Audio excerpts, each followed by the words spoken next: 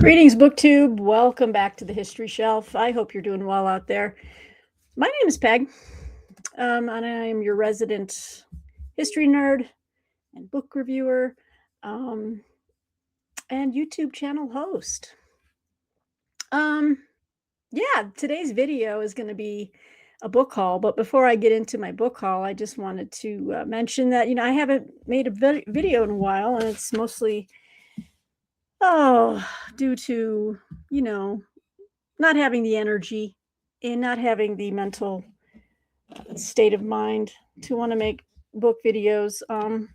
Before I launch into this excellent book haul, which is Yale University Press books that I picked up, I went shopping over the holidays, so I'm late in getting this to you guys. But between Thanksgiving, Black Friday sales, and Christmas stuff, for some weird reason, Yale University Press majorly marked down a lot of their history books. And I was able to score a bunch of them. So I thought I would just focus on all the Yale University Press books I bought over the holidays because I had to. No, just kidding. But on a serious note, let me just say, I know, and I want to thank a lot of other people out there on BookTube who have been really open and honest with how events in this country are affecting their mental health and their just their sense of, WTF, Shelley Swearingen, I really appreciated her video. On a personal note, I can say that I have been feeling this way all the way back, and it's not even that far away. But doesn't it already feel like a year ago that Renee Good was killed? As a gay woman, I really felt that one really hard because I felt like everyone was just like, who cares? She was a lesbian. That's very hurtful. And I just want people to be aware that things that happen to other people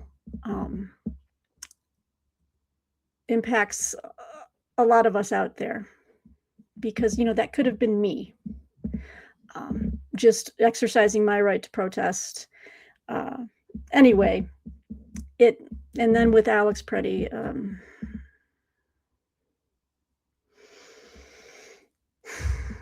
I've had people in the comments say that I've got Trump derangement syndrome. And I'm like, the only one who's deranged right now is you if you don't see the historical parallels. And it's not my fault if you don't know history or choose to learn history. But there's many, many books out there that you could pick up and read about 1930s Germany. Now, I don't go as far as to say that, I don't make Anne Frank comparisons because, that is a whole nother bag of worms. Okay. And that is its own thing. But what's going on in this country is extremely, not only is it historic, if we survive this as a democracy, it's going to be interesting what is written about this time. And we're living through the madness right now. We're living through the madness. So a lot of my joy, I try to be a joyful person, but I tell you what, last 10 years have been really tough. And now we're just it's like a roller coaster descent into hell right now. So anyway, but I see people rising up, and we've had it. And it's time to let our voices be heard. So what I just wanted to say is that I am aware, and I just want everyone to know out there, I make videos now just for my own mental health, but also to connect with you guys and to feel that we're a community. And we do need a break from the news. The first thing I do, and I know this is not a good habit in the morning, the first thing I do in the morning is pick up my phone and I check the headline to see what else has gone wrong. That is not conducive to a peaceful, joyful existence. So, I mean, or even just being content. It's a constant state of anxiety that we're all in. At least those of us who are, hate what's happening to this country. So Anyway, I've really appreciated some of the other booktubers out there that have, addressed what's happening and the fact that we do need a break. And I know a lot of you come here for just books and a break, but I feel it would be remiss of me as a history person to not speak to the historic times we're living in. That would be really irresponsible of me. So I'm speaking to it. And I also want to say that I've got some things I want to do with this channel where I want to engage more with you guys. I want to broaden my reach, and whether it's a book club, and we could all pick a book and read it together and come together on a StreamYard for those of you who are okay with being on camera, and have a book club. I'm also looking on the other side of spiritual side of things. I would love to do a Bible read or a Bible study with some of you who, if any of you is interested, and any of you are interested, there are things that I want to do, and I want to just reach out to people. And so I've got some ideas, and I'll probably be making some other separate videos, just trying to gauge your level of interest. But I'm jotting ideas down and outlining what it would take for me to get some of these things going. Well, but anyway, thanks for being here, guys. It's been a minute since my last video, and yeah, I just had to get this off my chest. So now that we've done that, let's hop into my stack of Yale University Press history titles. Let's see, 1, 2, 3, 4, 5, 6, 7. All right, guys, are you ready? What's the magic number? I've got 16 books to show you. Wow. All right. Yeah, and like I said, these were majorly marked down, and they're all of interest to me. One of them was not, I bought recently, but it's a Yale title. So I threw it in here, and it wasn't on sale, but I got a pretty new copy. I think it's new. I bought it used because it's hard to find. Anyway, first book is Volcano. We've got Volcano, Vesuvius and the Age of Revolutions by John Brewer. Big beefy book. Let's get right into it. This is a vibrant history of Vesuvius and Pompeii in the Romantic era. Swiss mercenaries and English entrepreneurs, French geologists and Neapolitan guides, German painters and Scottish doctors.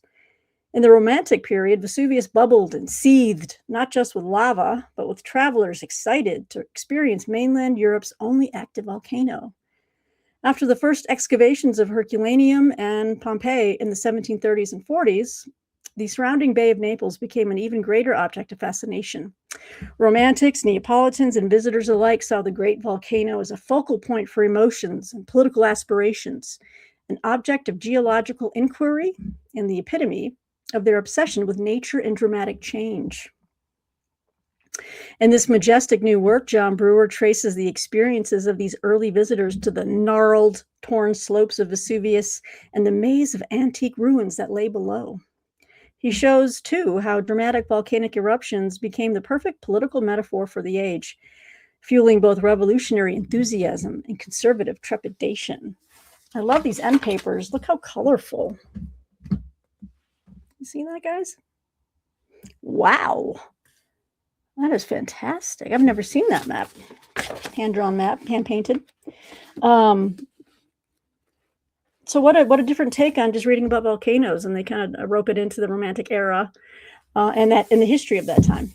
So, I wish well, it doesn't matter what the price I paid, but I know that a lot of these books were under $10, and some were as low as $5. So, boom. Let me get the other ones I've done first here. And remember, these were all, except for one book, were all over Thanksgiving, Black Friday sales, and Christmas. Next book I have is Crusader Criminals: The Knights Who Went Rogue in the Holy Land by Steve Tibble. Yes, who doesn't love a good Crusader history, right? Let's see. The religious wars of the Crusades are renowned for their great battles and sieges. But beyond the battlefield, this period was witness to extraordinary brutality. More than any other medieval war zone, the Holy Land was rife with unprecedented levels of criminality and violence. That's not a surprise. I highly recommend the, I think it's a trilogy by Stephen Runciman on the Crusades. I first read all 3 of his books from the library before I even had my massive library. But now I've got the complete Runciman History of the Crusades in a Folio Society set, which is behind me. And yeah, I might have to show you sometime. It's right behind my chair. You can't see it, but it was a fantastic series of books. In the first history of its kind, Steve Tibble explores the criminal underbelly of the Crusades. From gangsters and bandits to muggers and pirates, Tibble presents remarkable evidence of an illicit underworld. The real problem in the region stemmed not from religion, but young men. Doesn't it always? Kidding. Just kidding. Dislocated, disinhibited, and present in surprisingly large numbers, they were the propellant that stoked 2 centuries of unceasing warfare and chaos. You got to give young men jobs. They need jobs. They got to keep busy. Crusader criminals. Oh, I could make a joke here. I won't. It's not even a joke. Crusader Criminals charts how the horrors of incessant conflict in a foreign land desensitized everyone involved, and in doing so uncovers some of the most shocking stories of the time. So I wonder if I'm going to discover anything new here that I didn't already know from the Runciman books. I mean, because there were so many, obviously, so many atrocities committed on both sides. So it wasn't just the Crusaders. Let's be honest about that. But yeah, no, I love this stuff. I love crusading books. I just love reading it. So Crusader Criminals from Steve Tibble.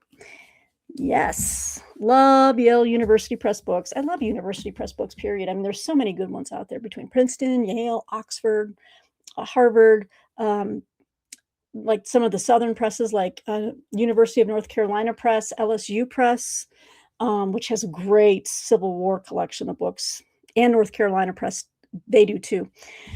All right, let's keep moving along here.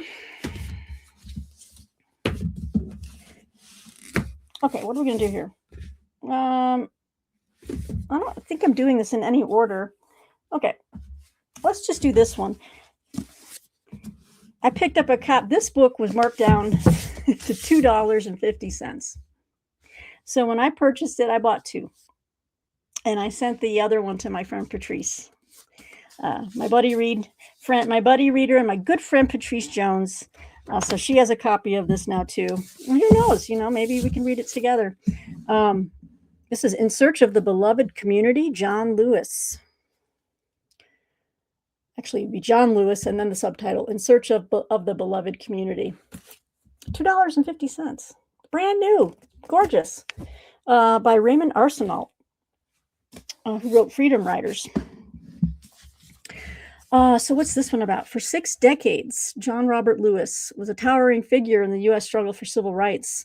As an activist and progressive congressman, he was renowned for his unshakable integrity, indomitable courage, and determination to get into good trouble. In this first book-length biography of Lewis, Raymond Arsenault traces Lewis's upbringing in rural Alabama, his activism as a freedom rider and leader of the Student Nonviolent Coordinating Committee, his championing of voting rights and anti-poverty initiatives, and his decades of service as the conscience of Congress. Both in the streets and in Congress, Lewis promoted a philosophy of nonviolence to bring about change. He helped the Reverend Martin Luther King Jr. and other civil rights leaders plan the 1963 March in Washington, where he spoke at the Lincoln Memorial. Lewis's activism led to repeated arrests and beatings, most notably when he suffered a skull fracture in Selma, Alabama, during the 1965 police attack later known as Bloody Sunday. He was instrumental in the passage of the Voting Rights Act of 1965, and in Congress he advocated for racial and economic justice, immigration reform, LGBTQ rights, and national health care. Arsenault recounts Lewis's lifetime of work toward one overarching goal: realizing the beloved community an ideal society based in equity and inclusion. Lewis never wavered in this pursuit, and even in death, his influence endures, inspiring mobilization and resistance in the fight for social justice. So these are the type of things we need to read right now for those of us who are against what's happening in this country, and to know how we can nonviolently make our voices heard, help others, assist our neighbors, and then this kind of book, it inspire us to know that we do have some agency. Just one small voice, but when we bring them all together, it's a roar. It's just a roar. So yeah, I'm really happy to have this, and I'm looking forward to reading it. So Patrice, let me know. I know you've got a busy buddy reading schedule, but once we finish Ralph Ellison's biography, it could be summer or fall, and maybe we can start that one. It's an inside joke where it's taking forever to read this biography. Well, different things happening. Okay, great. Now we're going to move to what time frame are we looking at? 18th century Europe, guys. You ready for this? I had been meaning to get this, and then again, it was marked down big time. And this is Maria Theresa, Empress, by Richard Bassett. Nice big hardy book. Little biography there. Let's see. Maria Theresa was the single most powerful woman in 18th century Europe. The eldest surviving child of Holy Roman Emperor Charles VI, she ascended to the Habsburg throne aged just 23. Her succession was immediately contested by almost every power in Europe, but through a mixture of courage, diplomacy, and determination, she defended her claim. Over the next 40 years, she became a formidable leader, as well as a devoted wife, and mother to 16 children. MT, what are you doing? You get an heir and a spare. What are you doing with 16? Wow. How did she even survive any of that? My God. In this engrossing biography, Richard Bassett traces Maria Theresa's life and complex legacy. Drawing on hitherto unpublished sources, Bassett reveals her keen sense of moderation and tolerance, innovative ideas on free trade and finance, and studied reluctance to resort to policies of territorial expansion. Yet Maria Theresa's modernization policies were not entirely progressive. Anti-Semitism and an enduring suspicion of Protestantism greatly affected the lives of her subjects. Naughty, naughty, Maria Theresa. Come on. This is a gripping study of one of the world's most influential leaders, revealing how Maria Theresa confounded gendered expectations and left a lasting mark on Europe. So just another great beefy historical biography. I just love stuff like this. And I love having these things on my shelves so that when I'm ready to read it, it's there. You see what I'm saying? But yeah, definitely. I'm going to be set when the when the dystopian future hits, and and books are outlawed. And I'm kidding, but seriously, it's like, oh, I'm going to have all the history here. You can't take this away from me. I'm going to know history, people. All right, next book that I picked up for a steal is The Great Reversal, Britain, China, and the 400-Year Contest for Power by Carrie Brown. Look at that shiny, woo, gold-plated cover. Oh, you know what? By the way, I'm going to try to spruce things up in this office space.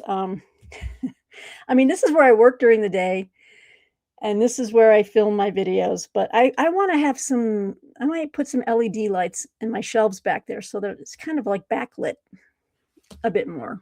I mean, I've got the YouTube light, but I need more on this side. So, especially like it's, time is it?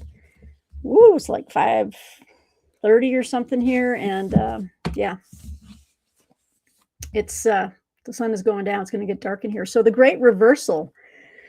What is this about?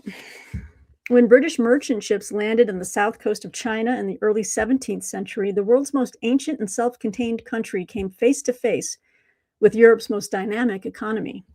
Over the following centuries, Britain sought to dominate China economically and politically. China's culture and exports, from tea and chinoiserie to porcelain and silk, fascinated the West and had a profound effect upon British life. At the same time, British colonial exploitation had bitter consequences for Chinese society. So that's too bad it wasn't a two-way. They didn't have good things happening on both sides. It was just like, oh, Britain benefited, but you know, Chinese society was exploited. But that imbalance of power has now completely changed. From the early days of the East India Company through the violence of the Opium Wars to present-day disputes over Hong Kong, Carrie Brown charts a turbulent and fascinating relationship. She shows how, or I don't know if it's a she, Carrie could be a man. It's a he. Okay, he's the author. Okay, let me keep reading them. He shows how an understanding of Britain's long relationship with China, and more specifically, how the modern Eastern superpower views that shared history, is more vital than ever. So Carrie Brown, a professor of Chinese studies and director of the Lao China Institute at King's College London. He is the author of more than 20 books on modern Chinese politics, history, and society. Well, if I like this one, I might have to look up some of his back catalog there. So not only like history, but it takes you up to present day with these photos of our Xi Jinping drinking some brew with David Cameron. So yeah, I have a pretty healthy Chinese history library, especially in relation to like foreign affairs, and how the West, in particular the United States, relate to China and our policies and how those have shifted over time. So I've got quite a few books on China in that vein, but this one is going to be interesting because it looks directly at the British-China relationship. So I couldn't pass this one up either. It's hard for me to pass up a lot of these university press history titles. All right. Ooh, and then we got a big beefy World War II history, which is like one of my favorite topics in World War II, relating to D-Day. So this is one I hadn't read yet, and it's an angle I've never considered, and I'm excited to read it. This is Second Front, Anglo-American Rivalry and the Hidden Story of the Normandy Campaign by Mark Milner. And Mark Milner's name is very, very familiar to me. Look at how big this book is. Mark Milner.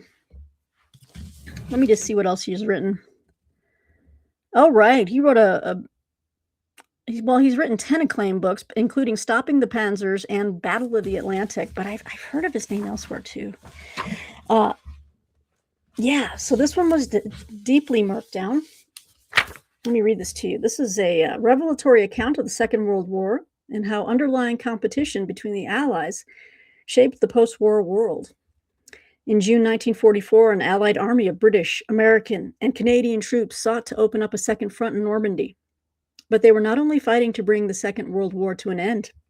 After decades of Anglo-American struggle for dominance, they were also contending with one another to determine who would ascend to global hegemony once Hitler's armies fell.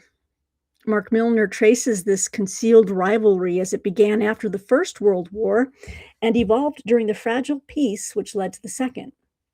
American media and domestic politics dominated the Allied powers' military strategy, overshadowing the contributions of Britain and the remarkably critical role played by Canada in establishing the Second Front.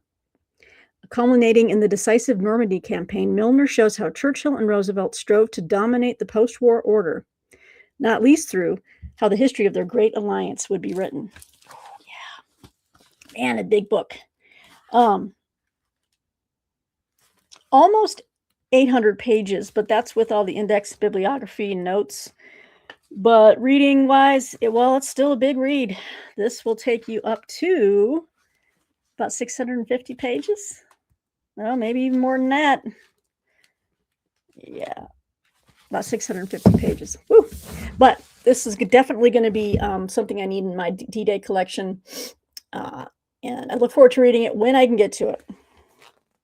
But I have it because it's super cheap. All right, what else are we doing here? Let's go into this one. All right. I didn't give you the years these were published, but I guess that doesn't matter. Although I just looked. This one came out in 2024. And another great title that was just curiously marked down, Emancipation, the Abolition and Aftermath of American Slavery and Russian Serfdom by Peter Kolchin. I do this and show you the side to kind of give you a sense of the thickness of the book, how long the book is. But yeah, Emancipation. Let's take a look at this one. Oh, it's a sequel. You know what that means. I've got to get the first book. It says here, in this sequel to his landmark study, historian Peter Kolchin compares the transition to freedom after American emancipation with the Russian Great Reforms. The two largest transitions from unfree to free labor of the many that occurred in Europe and the Americas during the 19th century took place in the United States and in Russia. Both occurred in the 1860s, and in both, the former slaves and serfs strove to maximize their autonomy and freedom, while the former masters worked to preserve as many of their prerogatives as possible. Both were partially, but only partially, successful. All right. In this magisterial and long-awaited work, historian Peter Kolchin shows that a more radical break with the past was possible in the United States than in Russia, with the Southern freed people coming to enjoy Republican citizenship, whereas Russian peasants remained subjects rather than citizens. Both countries saw conservative reactions triumph in the late 19th century. While this conservatism was common in most emancipations, it was especially strong in Russia and the American South, in part as a reaction against the major efforts to restructure the social order that went by the name of Reconstruction in the United States and the Great Reforms in Russia. What is this first book then? Peter Kolchin. His books include Unfree Labor, American Slavery, and Russian Serfdom. I think that might be the one I might need to look into. This is heavily footnoted. I mean, almost a third of the book is dedicated to very, very well-detailed notes. Wow. I mean, you would want to read these notes, is what I'm trying to tell you. I mean, look at this. So here's the book, right? This is the book. And look at all this. These are the notes, my friends. Wow. And the index. But, I mean, look at these notes. Wow. Okay. I'm going to have to look into Kolchin's first book. But I'm glad I got this for just super, super cheap. All right. I'm going to move on from that. Then we're going to see here. I've got some literary stuff, too, which is interesting. Let me get into this one because I've shown you this Jewish Lives series that Yale puts out, and I've got several of them. And this is just one I had to have. And they're very beefy.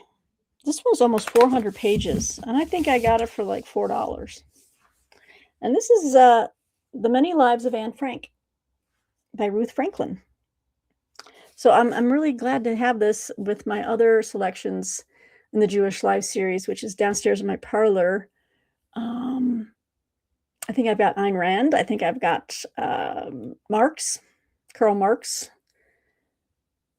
I think I have Abraham. I don't know if I've shown you that one yet. Anyway, there's some really good titles in this series. So let's see what we got here. In this innovative biography, Ruth Franklin explores the transformation of Anne Frank from ordinary teenager to icon, shedding new light on the young woman whose diary of her years in hiding, now translated into more than 70 languages, is the most widely read work of literature to arise from the Holocaust. Comprehensively researched but experimental in spirit, this book chronicles and interprets Anne's life as a Jew in Amsterdam during World War II, while also telling the story of the diary, its multiple drafts, its discovery, its reception, and its message for today's world. Writing alongside Anne, rather than over her, Franklin explores the day-to-day perils of the Holocaust in the Netherlands, as well as Anne's ultimate fate, restoring her humanity and agency in all their messiness, heroism, and complexity. With anti-Semitism once again in the news, The Many Lives of Anne Frank takes a fresh and timely look at the debates around Anne's life and work, including the controversial adaptations of the diary, Anne's evolution as a fictional character, and the ways her story and image have been politically exploited. Franklin reveals how Anne has been understood and misunderstood, both as a person and as an idea, and opens up new avenues for interpreting her life and writing in today's hyper-polarized world. Well said. And I haven't read a book about Anne Frank in a long time, so I thought I want it to be this one. So when I saw it, I'm like, you know what? It's been a while since I've, visited this historic figure and her story and her diary. So let's go ahead and get this on the shelf and get this in my library so that when I have the time and I'm not working on book reviews and assignments, I can pick this up and do that, because this is a timely book. Again, it will always be a timely book. All right.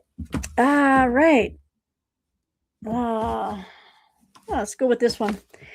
This was my most recent pickup from Yale.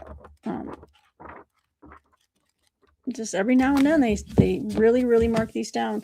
This is called American Heretics, Religious Adversaries of Liberal Order by Jerome E. Kapolsky. Sorry for the glare. American Heretics, Religious Adversaries of Liberal Order. Well, not too big of a book, but let's take a look-see.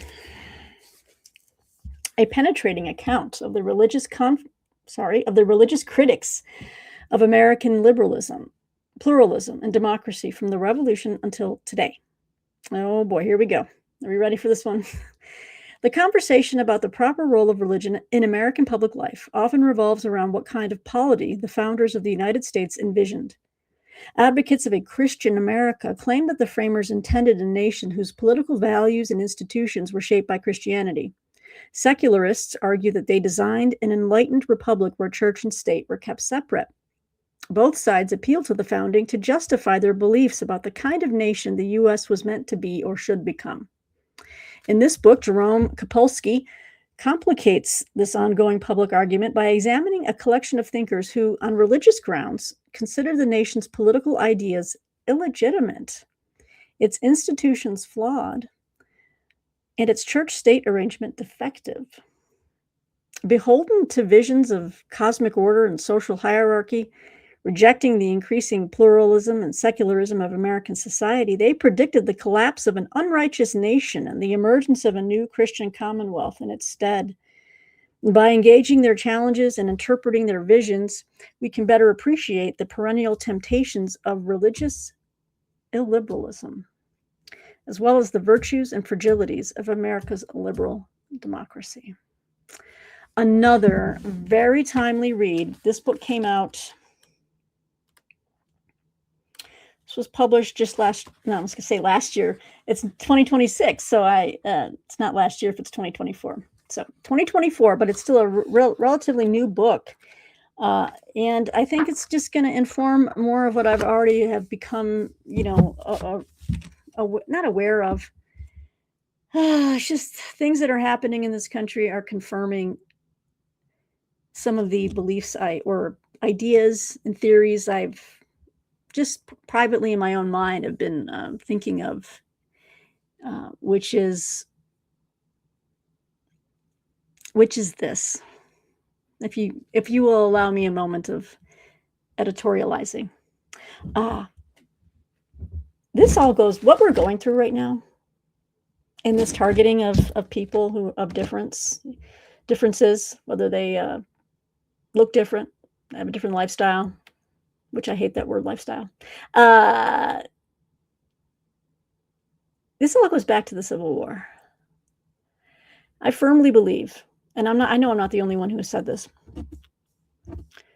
When I say the Union won, we won the war, but we lost the peace. The moneyed planter aristocracy, slaveholding aristocracy, we took away their slaves, we freed the slaves, and then they were, Then we slowly let them back into positions of governing. And we never should have stopped Reconstruction until the job was done, until the freedoms that were accorded to the freed African American slaves were thoroughly instituted. We left town too quick. And those troops needed to stay there. Because what happened after the Union left, after the federal troops left? Jim Crow, segregation, separate but equal, all this BS. And, and so, and not, I'm not saying that racism was purely a Southern thing. It wasn't. But damn, we had an opportunity during Reconstruction to show how committed we were to making a fully equal society work. And the governing class just took the easy way out. They're like, you know what? They're our brothers again. Let them back in. Let them back in. Let them back into Congress. Let them back in. And look what happened. For a very long time in my life, I was convinced that we were not, and I don't like saying blanket statements. I was convinced, I was like, America is not a racist country. We're just not. But I don't say that anymore, because the things I've been seeing and hearing for the last 10 years have churned my stomach. And that's the other thing too. I just not sleeping well. I'm not eating well. I don't have an appetite. My stomach is shredded. I'm so upset by where we are right now. But a righteous anger too, because I'm just like, this is crap. And all I can say is, I'm sorry. I was wrong. I was wrong. There are a lot of people out there that just do not like people who are different from them. And there's no excuse for this. There's just none. Anyway, sorry. I know I'm going on my own little tangent, but so I just want to say I was wrong and I am sorry.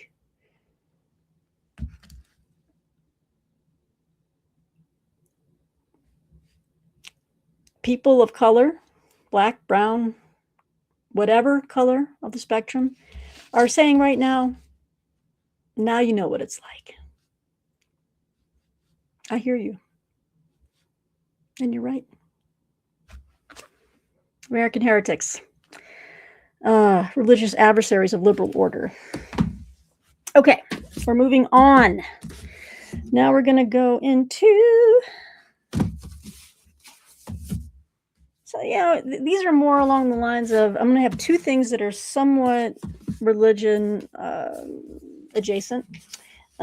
We've got a nice mini little study on Francis of Assisi, The Life of a Restless Saint, Francis of Assisi, by Volker Leppin. Nice slim little volume. You could read this get that read in a few days, no problem. Let's see. One of the most famous figures in Christian history, Francis of Assisi, who, just so you know, he was born around 1181 or 82, they're not sure, and died in 1226, was revered as a miracle worker during his life and quickly canonized after his death. He has inspired generations of Christians and other spiritual seekers, from medieval ascetics to 1960s hippies and modern environmentalists. The Poverello wrote poems praising the sun, moon, and stars, spoke to the birds, and, so the story goes, even tamed a wolf. But what do we know for sure about who he was, and what is simply legend? Drawing on centuries of scholarship, Volker Leppin pieces together fragments of Francis's life story to find a seeker who never reached his destination, a man whose extraordinary charisma drew others in, yet who was uncomfortable in the spotlight. Amazingly, Francis stayed within the fold of the church while offering a new and radical vision of Christianity that proved wildly popular. Leppin's Francis of Assisi sets Francis's inner emotional and spiritual world against a broader historical background to show how the message of this inspiring and often vexing medieval saint continues to resonate in our contemporary world. So this will be a nice little book I can tap into, also to draw inspiration from. Who doesn't love St. Francis, right? So Yale University Press. This book came out, I can say last year, 2025. So it's a brand new book. And I just can't believe some of these books were so on sale. I was just like, what's happening? And then this one sounded really interesting. It was only a few bucks. And I was like, I've kind of gotten past these type of books. I was searching in my youth for things like this, but now I'm just like, you know what? I'm just going to talk to God when I meet him. We're just going to have a discussion about all the answers, the questions that I just feel like I won't have an answer for in this life. I just trust in his love for me and my love for him, and go from there. But this is The Widening of God's Mercy, Sexuality Within the Biblical Story by Christopher B. Hayes and Richard B. Hayes. This book is, I think, really new. Yep, well, it came out in 2024. It doesn't look like too big of a read. It's a little over 200 pages. It's very doable. Let's see here. A fresh, deeply biblical account of God's expanding grace and mercy, tracing how the Bible's narrative points to the full inclusion of LGBTQ people in Christian communities. Discussions of the Bible and human sexuality often focus on a scattered handful of specific passages that we like to call clobber verses. You've heard that before. But arguments about this same set of verses have reached an impasse, two leading biblical scholars believe. These debates are missing the forest for the trees. In this learned and beautifully written book, Richard and Christopher Hayes explore a more expansive way of listening to the overarching story that Scripture tells. They remind us of a dynamic and gracious God who is willing to change his mind, consistently broadening his grace to include more and more people. Those who were once outsiders find themselves surprisingly embraced within the people of God, while those who sought to enforce exclusive boundaries are challenged to rethink their understanding of God's ways. It's really simple. Let God be the judge. Quit judging others. You weren't called to be judges, to judge others. You just weren't. The authors, a father and son, point out ongoing conversations within the Bible in which traditional rules, customs, and theologies are rethought. They argue that God has already gone on ahead of our debates and expanded his grace to people of different sexualities. If the Bible shows us a God who changes his mind, they say, perhaps today's Christians should do the same. The book begins with the author's personal experiences of controversies over sexuality and closes with Richard Hayes' epilogue, reflecting on his own change of heart and mind. I'm wondering then if this is a father and son duo, that maybe the son is gay and the father has to change his thinking, or he doesn't have to, but he feels like he's changing it. Again, I have a real simple answer to this. It's leave the judging to God and just love others. Be there for them, encourage them. But you're not going to solve this. You earnest evangelical Christians who want to send people to to pray the gay away, these camps. I mean, this is just ridiculous and hurtful and damaging. And I don't think that is what our Lord is calling us to do. He wants us to love others. It's not your business to try to fix someone because you think that's what God wants. Well, let God sort that out with that person. All right. I'm editorializing all over the joint tonight, but hey, this is where I'm at now with what's going on. I'm speaking up. I might lose subscribers. I don't care anymore. I don't care. I have a platform and I'm going to use it, and I'm going to use it to talk about love, my Lord, Jesus Christ, history, what we can learn from history, and and just, finding community with each other. That's what I want this channel to be about going forward. So, hey, anyway, so I picked up The Widening of God's Mercy, Sexuality Within the Biblical Story. So again, that came out in 2024. Okay, guys, where are we at? 45 minutes, and I have 5 more books to show you. Okay, we're going to do this. Okay, we're going to go with this one. So this one sounded really fun. I like reading about publishing and books and how authors and publishers come together. And, I love the juicy kind of gossip of it all. But this is called The Literary Mafia, Jews, Publishing in Post-War American Literature by Josh Lambert. Not too big of a title here or a big book, but it sounded really interesting. So I decided to get it. It says here, in the 1960s and 70s, complaints about a Jewish literary mafia were everywhere. Although a conspiracy of Jews colluding to control publishing in the United States never actually existed, such accusations reflected a genuine transformation from an industry notorious for excluding Jews to one in which they arguably had become the most influential figures. Josh Lambert examines the dynamics between Jewish editors and Jewish writers, how Jewish women exposed the misogyny they faced from publishers, and how children of literary parents have struggled with and benefited from their inheritances. Drawing on interviews and tens of thousands of pages of letters and manuscripts, my goodness, The Literary Mafia offers striking new discoveries about celebrated figures such as Lionel Trilling and Gordon Lish, and neglected fiction by writers including Ivan Gold, Anne Burstein, and Trudy Gertler. I've not heard of any of those folks, except for obviously Lionel Trilling. In the end, we learn how the success of one minority group has lessons for all who would like to see American literature become more equitable. So that sounds really interesting. Oh, really good notes again. Really meaty notes in the back. Love it. Love it.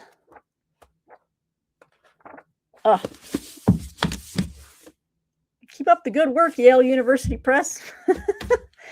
All right. Another literary book, which I found fascinating because I can say I read this book, a couple of years ago with my friend Patrice Jones. We did a buddy read of Moby Dick. I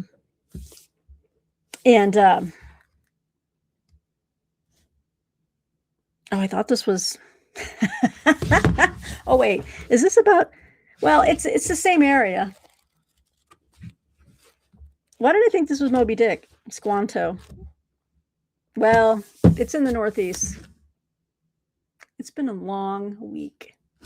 This is Squanto, A Native Odyssey by Andrew Lippman.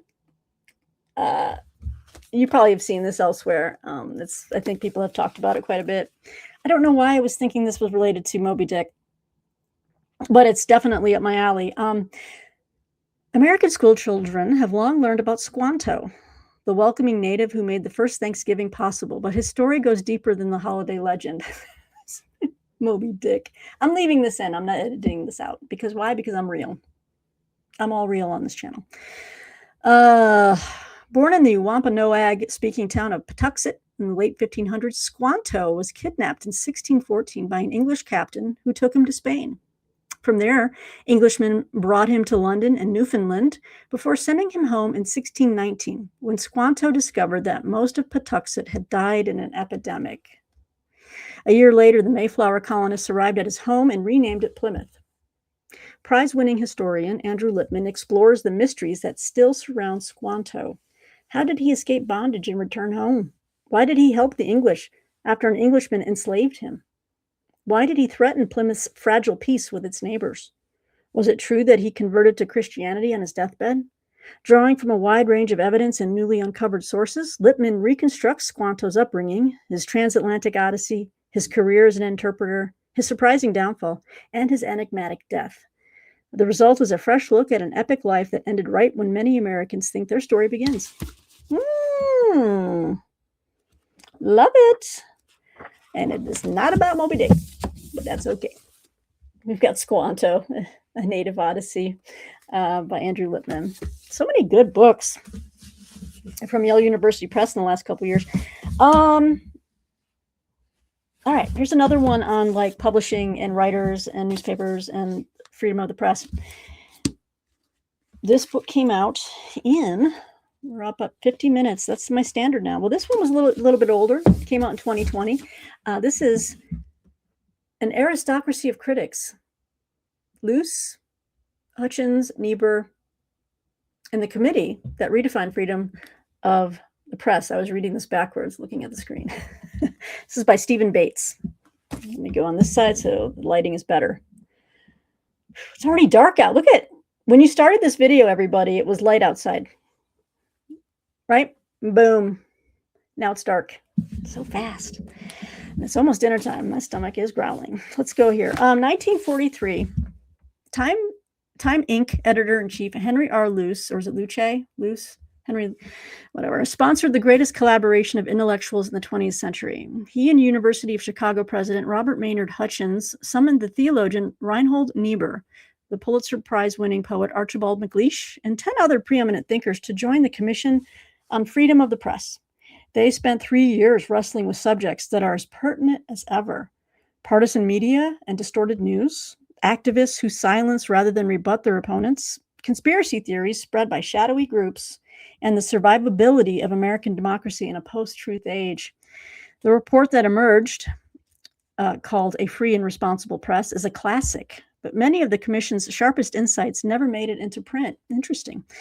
Journalist and First Amendment scholar Stephen Bates reveals how these towering intellects debated some of the most vital questions of their time and reached conclusions urgently relevant today. God, there's so many books that are timely and I need to be reading right now, but wow, this is good stuff. Got some great pictures throughout. Eleanor Roosevelt there. A bunch of white men, in the publishing industry. All right, this sounds really good. So I picked this one up as well. An Aristocracy of Critics. And then because I work in higher ed for the most part, I wanted to read this just to get a feel. I want, to read from different angles about the state of higher education today. So I picked up this one. This is Attacking the Elite. Sorry, put this on this side. Attacking the Elites, What Critics Get Wrong and Right About America's Leading Universities by Derek Bach. Slim little volume. Let's see what we got here. A former Harvard president reflects on how elite universities are responding to critiques from the left and the right and how they can do better. Elite American universities such as Harvard, Princeton, and Yale are admired throughout the world. They attract highly qualified applicants, and most of their graduates go on to lead successful lives. Scholars and researchers at elite universities contribute to knowledge that benefits the public in countless ways, from the discovery of ancient texts to breakthroughs at the forefront of medical technology. These same elite institutions, however, are beset by criticism from both sides of America's ideological divide. Liberals press them to enroll more low-income students and to use their reputations and endowments to induce corporations to adopt more just, equitable, and environmentally sound policies. Conservative politicians accuse the university's predominantly liberal faculty of indoctrinating students. The Supreme Court has recently prohibited universities from giving preference to Black and Hispanic applicants for admission, sparking a wider debate over the policies of elite universities in choosing their student bodies. Drawing on over 50 years of experience as a student, professor, dean, and president of Harvard University, Derek Bach examines the current disputes involving admissions, diversity, academic freedom, and political correctness, curriculum and teaching, and even athletics, in order to determine which complaints are unsubstantiated, which are valid, and how elite universities can best respond to their critics. So it seems like a clear-eyed kind of look. I mean, hopefully so. He's an ex-Harvard president, but I'm sure there's things that could be some things are they're true on both sides, when it comes to this. But we'll see how it goes. I need to read this and think about it, see where we're at right now, because, like I said, this is my field, and it's important to kind of have the hand on the pulse, of what's going on. So there's that, and then this is the one I picked up outside of those sales in over the holidays. It just looked really interesting, and I think I bought this used like new, and it looks like a brand new book. This is a heavy one. Are you guys ready? Bam! Martin Heidegger's Changing Destinies.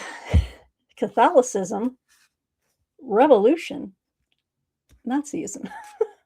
By I know how to pronounce Goulet Payan. Translated from the French by Jane Marie Todd and Stephen Rendell. Big black book. Big, dark, menacing book. Let's take a look. All right, it's a biography, basically, of Martin Heidegger. Okay, in this biography of Martin Heidegger, now available in English, historian Goulet Payan synthesizes the connections between the German philosopher's life and work. Critically, but without polemics, he creates a portrait of Heidegger in his time, using all available sources, lectures, letters, and the notorious Black Notebooks. Payan chronicles Heidegger's changing destinies. After the First World War, an uncompromising Catholicism gave way to a vigorous striving for a philosophical revolution, fertile ground for National Socialism. The book reflects a life of light and shadow. Heidegger was a great philosopher and teacher who cultivated friendships and love affairs with Jews, but also was an anti-Semitic nationalist who lamented the, quote, Judaization of German intellectual life, end quote. Wow, this is something else. It's about 560 pages. And when did this book first come out? Looks like it came out in 2016, but it was translated into the English 2023. So this is a fairly new book that Yale has put out, and I'm really excited to have it. I have been meaning, I read a lot about Hannah Arendt, and I know of her relationship with Heidegger. And I just wanted to understand him more. So yeah. So I thought, well, as far as biographies go, let's go with this one put out by Yale. And that ought to do it, guys, for my Yale University buying spree over the holidays. Oh, thanks for sticking with me for a full hour. This was, well, if you did stick around, you deserve a medal. And thanks for just being here and letting me be myself. Yeah, we're going to be here for each other.